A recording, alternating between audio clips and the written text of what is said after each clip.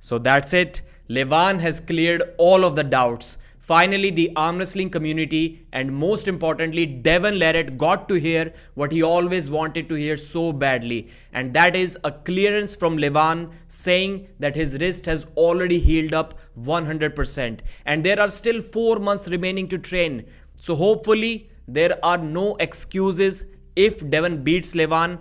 People shouldn't say that Levan only lost because of his wrist injury, because if the wrist injury has already been healed up, then 4 months should be more than enough time to train for this super match. In this video, we are going to discuss Levan's training comeback, of course. Then we'll talk about some of the rule changes that Engin made about East versus West. Some people are already talking about the conspiracy theories that maybe these rule changes are only because of Devon Larratt. Then we'll discuss Todd Hutchings versus Paul Linn practice pull that nobody seems to be talking about. Genadi Kvikvina is back, and so is Monster Michael Todd. And finally, Veir 2023 tournament. An amazing tournament that not many people are talking about, and Svetan Gashevsky competed there. The Georgian Hulk Levan was training with the Georgian Bull Konstantin, and the 2-part workout videos have already been uploaded on the channel. These videos are at least 7 to 10 days old because Levan was saying that Devon, do not lose to Georgi Svetkov. The match with Levan was hanging in the balance and Devon had to beat Georgi, and fortunately for Levan and Devon and the fans, he did beat Georgi. So 4 months break is what Levan took after the stem cells treatment. That's a long break. That's why initially he was kind of looking out of shape, but right now I'm sure he's getting strong. Levan said that he started training 1 month ago, and if you add 7 or 10 days of that video being uploaded, so he already has been training for about 1.5 months, and all of the low weight workout, blood flow workout, just to make sure that he doesn't get injured once again. That part, that risky part, has already been covered, and it is already behind Levan Saginashivili, so that is a great news. And he even mentioned that you should start training slowly, start lifting lightly once you get injured and once you're making a comeback, which must be really difficult. I cannot imagine that how these monsters, really strong guys, can lift like, let's say, 50, 60 kilos on the bench press, 80 kilos. It must be so tempting to go heavier, and it must be really, really difficult to control yourself not to lift the heavy weights when you know how strong you really are. Levan said that I feel no pain. It doesn't hurt at all. Even if Konstantin was going all out with all his power, still Levan did not feel any pain, and that's all we wanted to hear. And maybe this is also one of the reasons why Engin announced this match late. Okay, we were assuming that Engin is waiting for Devon to beat Georgi Svetkov. Only then he's going to announce the April 2024 match against Levan.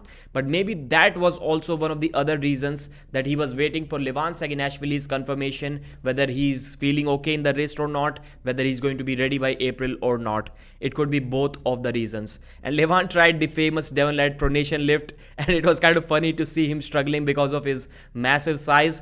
With the amount of size he has and the amount of mobility, the lack of mobility that he has, I'll be totally shocked if Levan is even able to lift 90% of what Devon lifted in that exercise.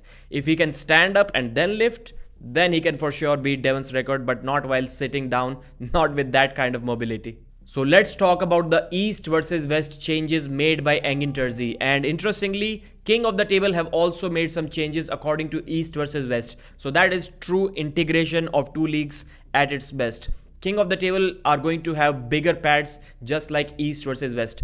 8 by 8 inch elbow pads. This is what the standard is going to be. I think 20 centimeter by 20 centimeter, which is a little bit less than 8 inches.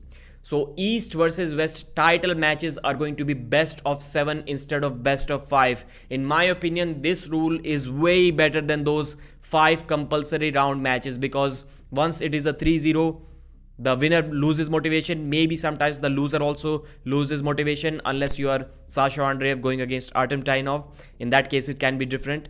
But that rule didn't make any sense to pull all 5 rounds. Best of 7 is way better. Some people are saying that Engin changed this rule just to favor Devon Larratt so that he can beat Levan, he can tire out Levan in April 2024.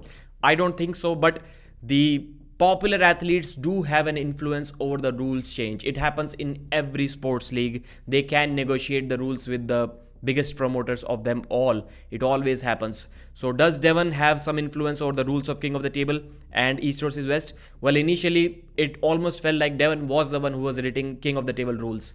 He changed them at will. And East versus West as well. Loose rules, small fouls not being called, Engin considering running fouls, all of that has to do with Devon. I'm not here to say if it is right or wrong, but yes, Devon for sure can have some influence. But this best of 7 for title matches, I'm all up for it. Engin even said that it is kind of difficult for himself because he doesn't like the 7-round format. He likes to win fast in best of 5, and it is going to hurt him if he wants to claim the title. So Hermes Gasparini's shoulder is destroyed, so probably that match is not going to happen against Alex Cordecha. Engin said that Vitaly Lalatin is ready. So is he going to compete? It's a possibility. And the yearly membership for East versus West is about $70 for 4 events instead of $80 that you would be paying otherwise. So is that $10 discount worth it for you guys? If you want to invest all of the money at once, you will have to make your own call. Since we are discussing the Hermes and Lalatin situation, we forgot that Monster Michael Todd has been saying for quite some time now that he's also going to compete in January at East versus West. And Engin has said that there is one super match, super heavyweight right arm match remaining. So how can we forget about Michael? Somebody reminded me in the comment section of that video that Michael is having a match. So is it Cordecha versus Michael? Because that match was offered to Cordecha last year, I think 2022, and he denied that match for whatever reason. Now, this is a big possibility. Then why did Engin say that Vitaly Lalatin is ready and Hermes is not because of the shoulder? I'm not sure. Cordecha, Monster Michael Todd, Vitaly Lalatin, something between these 3 is going to happen at East versus West in January. It is going to be exciting. Cordecha versus Michael can get exciting if Michael is back in top shape, but as of now, Cordecha has to be the favorite. Todd Hutchings and Paul Linn were seen practicing together. In these big athlete superstar practice pools, I've seen one thing, that they are always fresh for that one day. Keep in mind what I'm saying, for that one day. So if they started arm wrestling that day, 100% they are going to be their first practice pool against each other. They're not going to waste energy on anyone else. Now it could be the case that yesterday Paul Linn practiced a lot, or yesterday Todd Hutchings practiced a lot, or maybe earlier that day he worked out in the gym. These things can happen, but once they get on the table, they're usually their first opponent. And Paul Linn was able to move Todd Hutchings off center initially because Todd was allowing him to hit and he was on the defensive. But it was kind of interesting to see Todd not being able to just bring Paul Linn back to the table because Paul is really strong as well. Todd had to kind of lift his elbow up and then he got him back. Interesting practice pull, still clearly shows that Paul has not yet reached the level of Todd Hutchings. Well, clearly nobody has if you want to beat Todd Hutchings in a hook. That's kind of a given. Genadi Kvikvina is also back. He was also seen training. So it's a year of comeback. Michael Todd is going to be back. Then Artem Morozov after his sickness. Alex Cordecha, both left and right arm. Then we have Genadi Kvikvina, who is also making a comeback. Levan Saginashivili. If 2023 was the best year for arm wrestling, 2024 is going to be twice as much bigger than 2023. This is simply amazing. East Side Arm Wrestling YouTube channel uploaded a beautiful video about Veir 2023 tournament. Not very popular, but Svetan Gashevsky competed there, and as expected, he kind of ran through everybody because not many people can beat Svetan. It's kind of sad to know that Svetan won't get any chances at either King of the Table or East versus West because of his clash with the Federation of WAF.